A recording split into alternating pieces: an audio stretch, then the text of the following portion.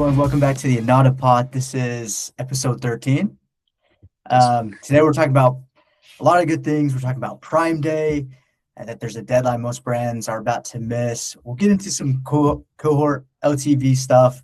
We'll kind of go brief with that. And then we'll just wrap up with some Walmart stuff and how Walmart's is pushing to pull sellers off of Amazon. But let's get into it, David. So just a quick discussion with you. So this Prime Day discount, it's $50 per deal if you move fast. Do you actually think it's worth scrambling for that, or is that kind of like missing the bigger picture? Good question. It's going to be, if time allows. Right now, it could significantly save, six, even $1,000, depending on what and how many products that you're pushing right now for that deal. So I wouldn't scramble for it. If you are scrambling, it's like today or tomorrow is a deadline when we're recording it. And so by the time anybody sees this, it'll probably be past due, unfortunately. But for those who are prepared, I'd say go for it. Save that money wherever you can, because you know that they are going to take it from you in other places. Okay. Yeah. That's super smart. Another discussion. I feel like every year brands try to run deals on way too many SKUs. But David, when you're looking at Prime Day, how do you actually decide like what's worth putting into a deal? Right now, it does depend on positioning that deal for your customers, but also not every deal. Like some agencies, and we've been caught doing this for like some smaller brands that we're just unsure. We don't have a lot of data of, which is, hey, 20% off of everything sounds good, right? And then you look over, yeah, that sounds right, cool, and then nod up to the other guy, yep. So basically, that's what a lot of brands do. For most of the time, though, you kind of want to think of these Prime Day decisions as like bringing your customer through a particular flow. So obviously, when it comes to some of those basic entry level products that can convert, its conversion rates plus 10%. Yeah, let's get that in front of people. Let's use them for new to brand. Let's use them for brand loyalty. Let's use those particular products to pull them down that pipeline. But maybe offer a smaller discount to some of the supplementary products there, entry level, do some promotions off channel for Prime Day. Everybody's grabbing for attention to keep them on the channel. So you'll see a lot of other like Walmart and competitors to Amazon basically start pushing promotions during this time. So don't be afraid of that. Like try and delve into it, be a part of it. We'll talk about that a little bit later too. But yeah, that's my suggestion. Sweet. Yeah, that's awesome suggestion. You just mentioned April 30th is the cutoff. My discussion really quick is just, if someone misses the April 30th cutoff, are they actually behind for Prime Day, or is it really not that big of a deal as it sounds? And I don't think they're behind. They're behind on that particular promotion. They're trying to get more people to schedule the promotions earlier. I think this is smart on Amazon's end for their own sake because they probably dealt with too many people trying to book. Maybe it's operationally on their back end. How do they like imagine all of these sellers trying to push these promotions on particular days, scheduling at the same time, trying to get everything outlined for them?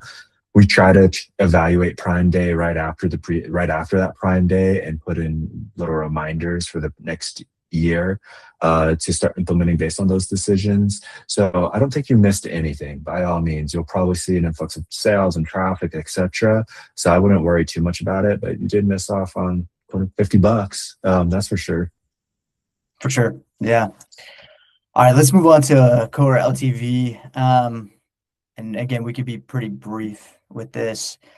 Sort of one thing that we see a lot, especially with smaller brands, is they don't even have like enough volume to build clean cohorts yet.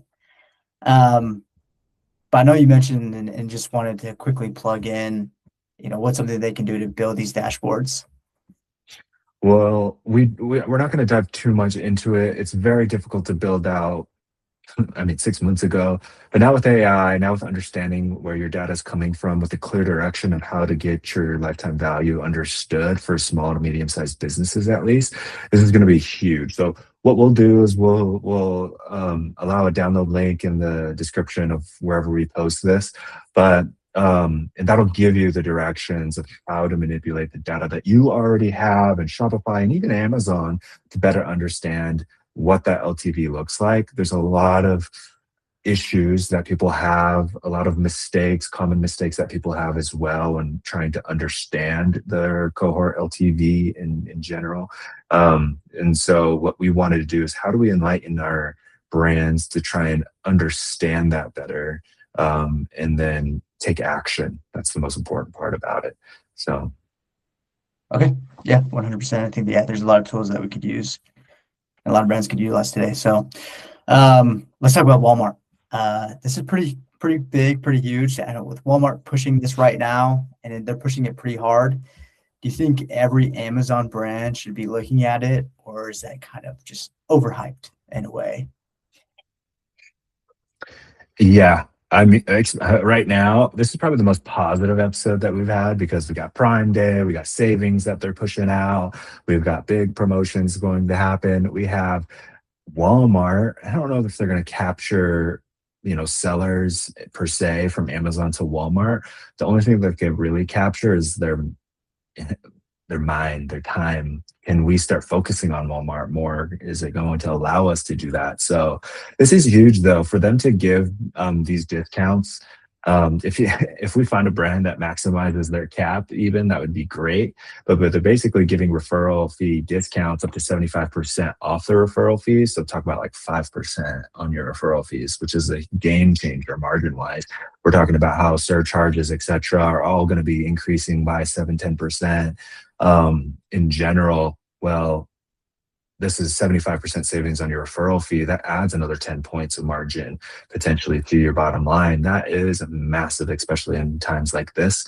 The cap is up to $75,000 though, and ends you get 1 month into 2027. So I mean, this is enough to drag my attention away from Amazon to ensure that if we're not already there, that we're capitalizing on that because this is a big deal in savings.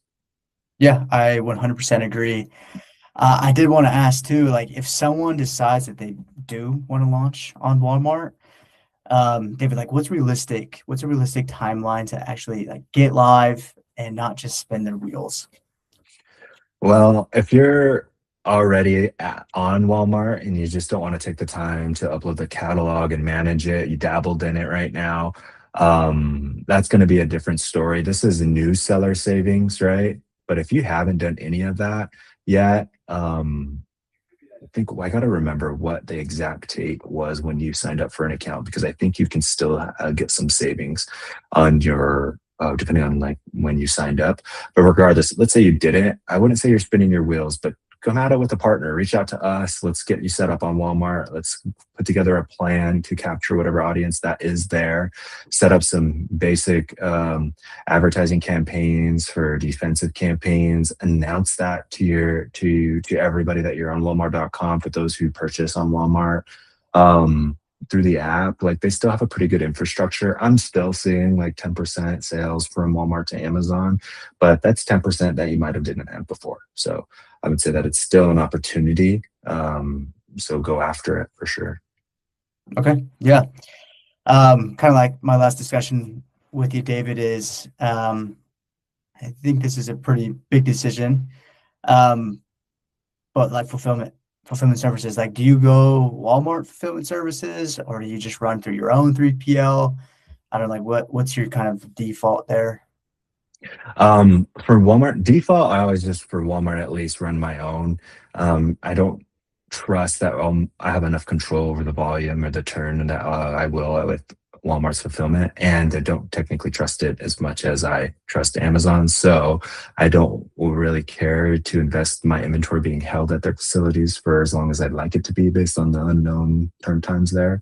So I always say, hey, start small, start with your own 3PL or your own fulfillment, and then test into their centers. Make sure your SOPs are lined up with their SOPs so you can start on those shipments as well.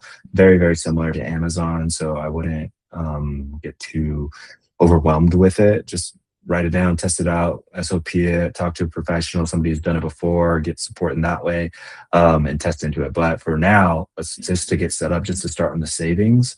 Let's just fulfill it yourself, right? And per se, drop ship those orders and go from there. Okay. Yeah, 100%. Thank you so much. That's all I had. Anything that you wanted to plug or just end this episode on? No, I'll close this out. This is a time for savings. The last few episodes have been kind of Debbie Downers because of so many fees and whatnot, but we're getting into Prime Day. Let's prepare for the right promotions. If you haven't and done one of our market analyses yet, reach out to us and make sure to get that information, get prepared for mid-July for when Prime Day is going to hit and for the influx of traffic in general, and understand your market. So I would say, first things first, get a market analysis from Anata and make sure that you are prepared for anything ecom. But that'll be it. And I'll close this out. I'll catch you guys on the next one.